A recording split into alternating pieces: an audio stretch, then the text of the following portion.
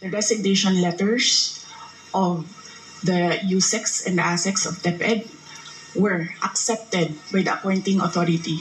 And who is that? Mr. Chair. The President of the Republic of the Philippines. Yes. It is not the Secretary of the Department of Education.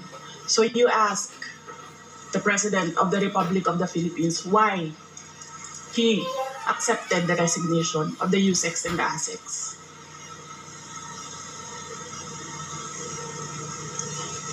What is the point, Honorable Vice President? Ang sinasabi ko sa inyo, bakit nyo kine-question ang due process? Tanungin nyo ang appointing authority, bakit niya tinanggap ang resignation letter?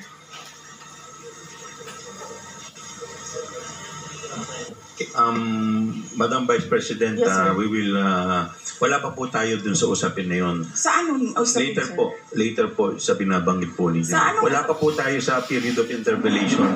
Bubuksan ko pa lamang po ang period of interpellation. Yes, sir. Nandun na kayo sa topic. Hindi po tayo nag-i-interpellation. Madam ngayon. Vice President, nag-uusap po muna ang mga miyembro. Yes, so, sir. please do respect. Yung Yes, mga- I am very respectful. I am dovetailing from Congressman Marcoleta.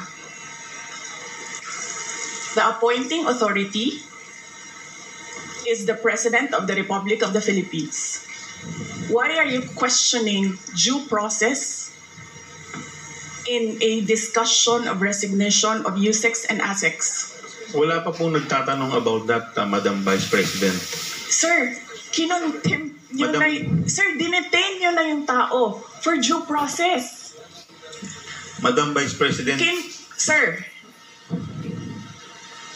nasa loob ng detention ang tao because you question due process. Asaan ang explanation ng due process ninyo doon? Nasaan? Madam Vice Tinanong President, kita kanina, I'm sorry sir, tinanong kita kanina, sino ang appointing authority? USEC ng ASEC, anong sagot mo? Secretary. Hindi mo alam. Hindi pa po ako nagsumasagot. Hindi mo. Nakita kita, sumagot. Camera. Kita sumagot. Sinabi mo, Secretary. Motion to Hindi suspend. nyo alam lahat. 1 Na minute, ang nag-a-appoint one ay minute President. suspension is declared by the chair. Can we observe proper decorum, Mr. Chairman?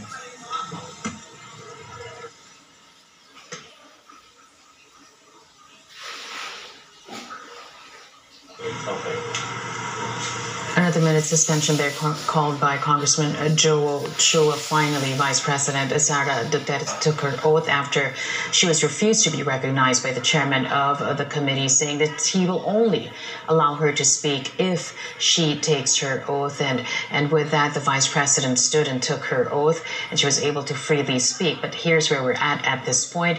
The Vice President, in her words, says that she's dovetailing from the statements of Congressman Marcoleta about due process, but they're not there yet. The members of the committee were still trying to thresh out certain issues before the period of interpellation could actually begin, but the Vice President was insisting about due process, and then the temperature once again rose, and that's why the chairman of the committee, Congressman Joel Chua, called for a minute suspension. The Vice President is speaking. Let's go back to the House of Representatives.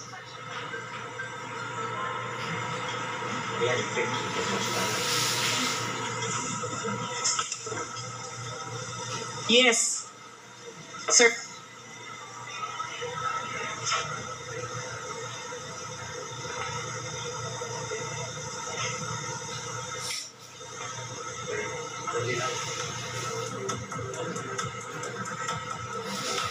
Walang audio yan.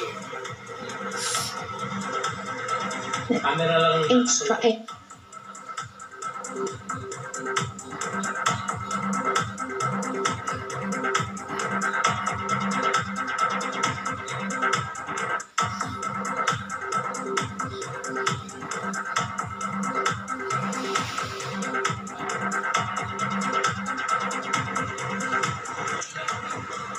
All right, right, we're still in the middle of that 1-minute suspension called by Congressman Joel Chua. The Vice President spoke very briefly. I do apologize for that. We weren't able to bring you the audio.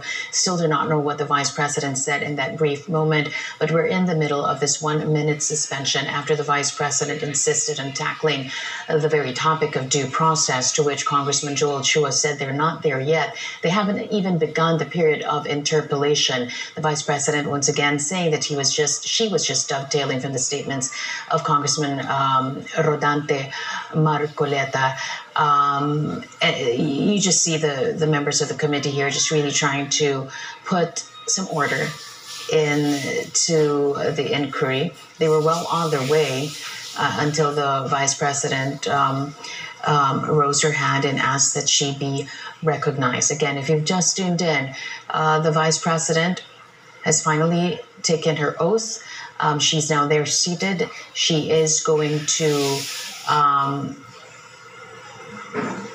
present her statements.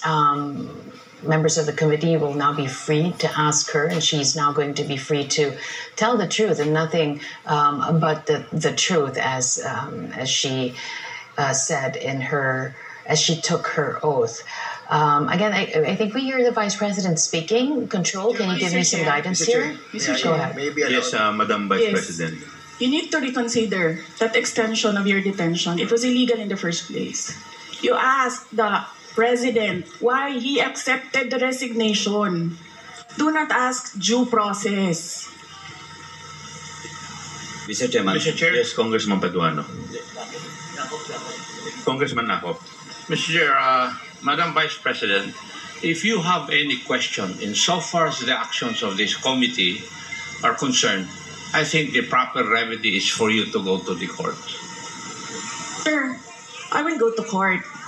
Opo, pero that is Pero araw-araw, you are depriving a person of her liberty while I await. That is precisely the point, ma'am. If our action of detaining your chief of staff is against the law, I think the proper remedy, and I think you're a lawyer, Yes, sir. the proper remedy is to go to the court. Sir, do you really want to show the Filipino people kung anong kaalaman ninyo sa batas? Ang sinasabi ko lang po ay sundin po natin yung batas. Kaya nga, sir, sundin natin yung Kasi batas. nandito po kayo dito sa bahay ng Kongreso. Yes, sir. Sundin natin yung batas. Why will you punish Yusek Lopez for an act of the President? Madam Vice President, that is the decision of the committee as a whole. Sana po respetuhin po ninyo. Yes, sir. Kung meron pong remedy, alam naman po ninyo bilang abogado na tama po yung sinasabi ni Congressman Akop, pwede po tayong mag-file ng relief sa court. Sige, sir. Tinutulungan ko lang kayo, sir, kasi napapahiya ang Pilipinas. Ganito ba ang House of Representatives? Tinutulungan ko lang kayo. Maraming salamat po, Madam Vice President.